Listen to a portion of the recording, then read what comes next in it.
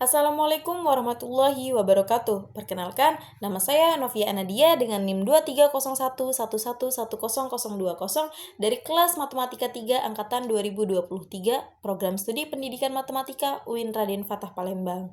Nah, tujuan dari Novia membuat video ini adalah untuk memenuhi tugas dari mata kuliah profesi dan kompetensi keguruan yang diampu oleh Ibu Dia Rahmawati, MPD selaku dosen pengampu dari mata kuliah tersebut.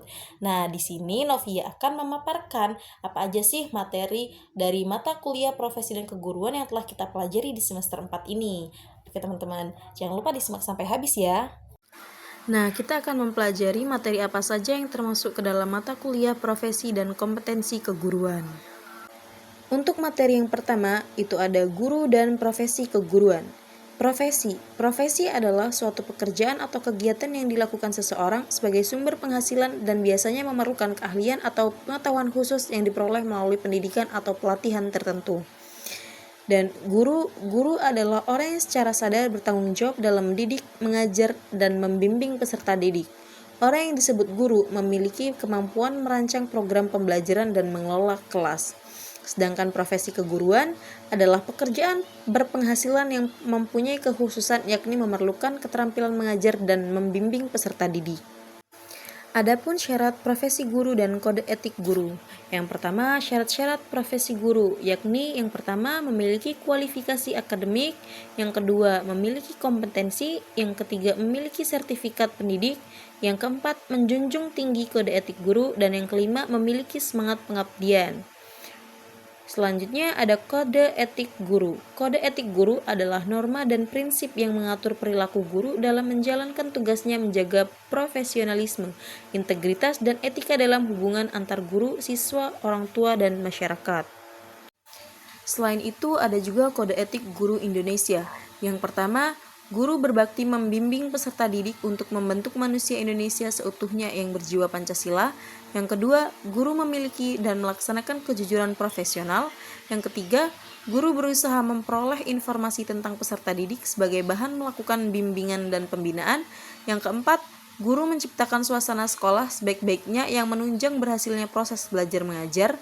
Yang kelima, guru memelihara hubungan baik dengan orang tua murid dan masyarakat sekitarnya untuk membina peran serta dan rasa tanggung jawab terhadap pendidikan. Yang keenam, guru secara pribadi dan bersama-sama mengembangkan dan meningkatkan mutu dan martabat profesinya. Yang ketujuh, guru menjaga hubungan seprofesi, semangat kekeluargaan, dan kesetiakawanan sosial.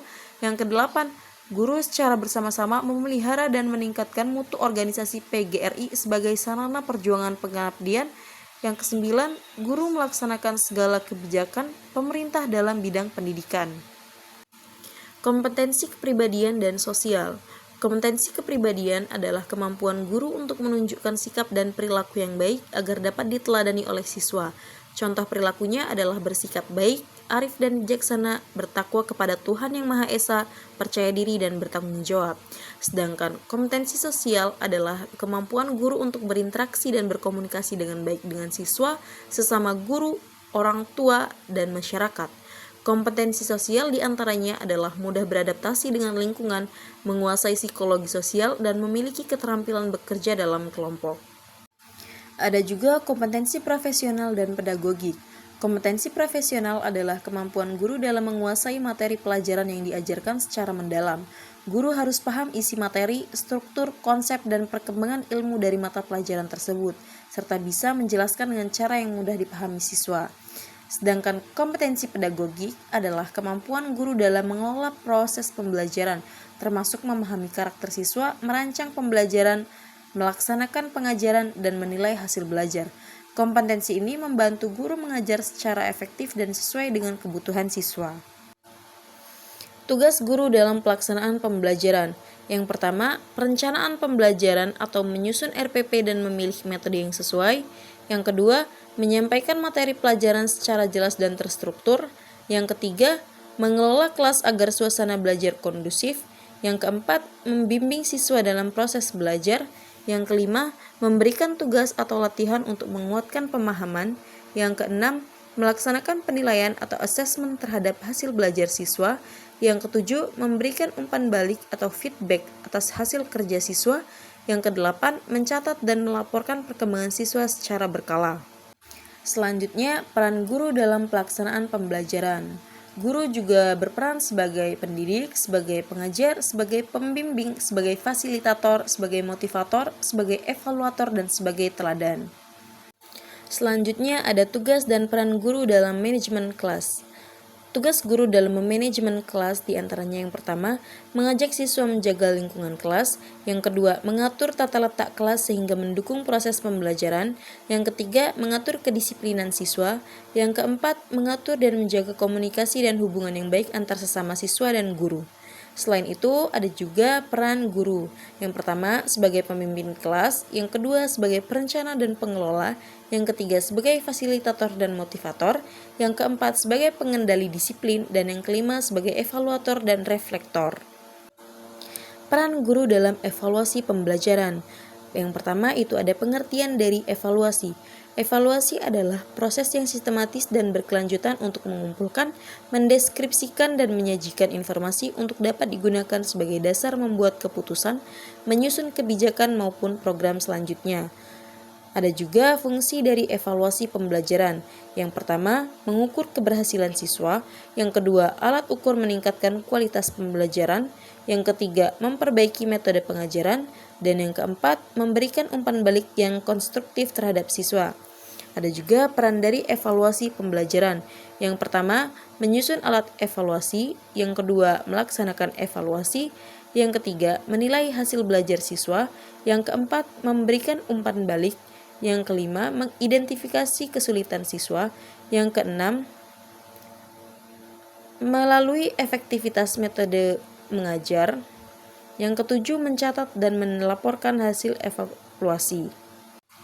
Peran guru dalam bimbingan konseling. Bimbingan konseling atau yang biasa kita sebut dengan BK adalah proses bantuan yang dilakukan oleh seorang konselor kepada individu, biasanya siswa atau klien, agar mereka dapat memahami diri sendiri, mengatasi masalah, dan mengembangkan potensi secara optimal dalam berbagai aspek kehidupan seperti pribadi, sosial, belajar, dan karir. Adapun peran guru dalam bimbingan konseling. Yang pertama, sebagai pengamat perkembangan siswa. Yang kedua, sebagai pemberi informasi. Yang ketiga, sebagai pemberi rujukan. Yang keempat, sebagai pendukung layanan BK. Dan yang kelima, sebagai teladan. Organisasi guru dan perannya dalam meningkatkan profesionalisme guru. Organisasi guru adalah wadah untuk perkumpulan resmi yang dibentuk oleh guru dan untuk para guru dengan tujuan utama meningkatkan kesejahteraan, kompetensi solidaritas, serta profesionalisme dalam menjalankan tugasnya sebagai pendidik. Contoh organisasi guru di Indonesia yakni PGRI, yaitu Persatuan Guru Republik Indonesia, IGI atau Ikatan Guru Indonesia, FGII, Forum Guru Independen Indonesia, dan PGSI, Persatuan Guru Seluruh Indonesia, dan masih banyak lagi. Ada juga peran organisasi guru dalam meningkatkan profesionalisme guru. Yang pertama, sebagai wadah pengembangan kompetensi. Yang kedua, mendorong guru untuk terus belajar. Yang ketiga, menyediakan jaringan dan komunitas profesional. Yang keempat, membela dan memperjuangkan hak guru. Yang kelima, menjadi mitra pemerintah dalam mendukung pengembangan kebijakan pendidikan. Dan yang keenam, menanamkan etika dan nilai profesi. Problematika profesi guru di Indonesia dan kebijakan pengembangan profesi guru.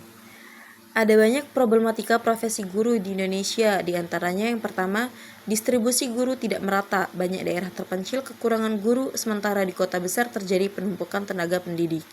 Yang kedua, kesejahteraan guru rendah, gaji guru terutama honor seringkali tidak mencukupi kebutuhan hidup yang layak. Yang ketiga, kualifikasi dan kompetensi belum merata. Masih banyak guru yang mengajar tidak sesuai dengan latar belakang pendidikan atau belum memiliki sertifikasi profesional. Yang keempat, kurangnya minat generasi muda. Profesi guru kurang diminati oleh generasi muda karena dianggap kurang menjanjikan secara finansial dan karir. Yang kelima, beban kerja tinggi. Guru seringkali dibebani tugas administratif yang mengurangi fokus pada proses pembelajaran. Adapun kebijakan pengembangan profesi guru. Yang pertama, sertifikasi guru. Program sertifikasi untuk memastikan guru memiliki kompetensi pedagogik, profesional, sosial, dan kepribadian. Yang kedua, pengembangan keprofesian berkelanjutan atau PKB, kegiatan pelatihan dan workshop rutin untuk meningkatkan kompetensi guru secara berkelanjutan. Yang ketiga, penilaian kinerja guru atau PKG, dan evaluasi rutin terhadap kinerja guru sebagai dasar untuk pengembangan karir dan pemberian tunjangan.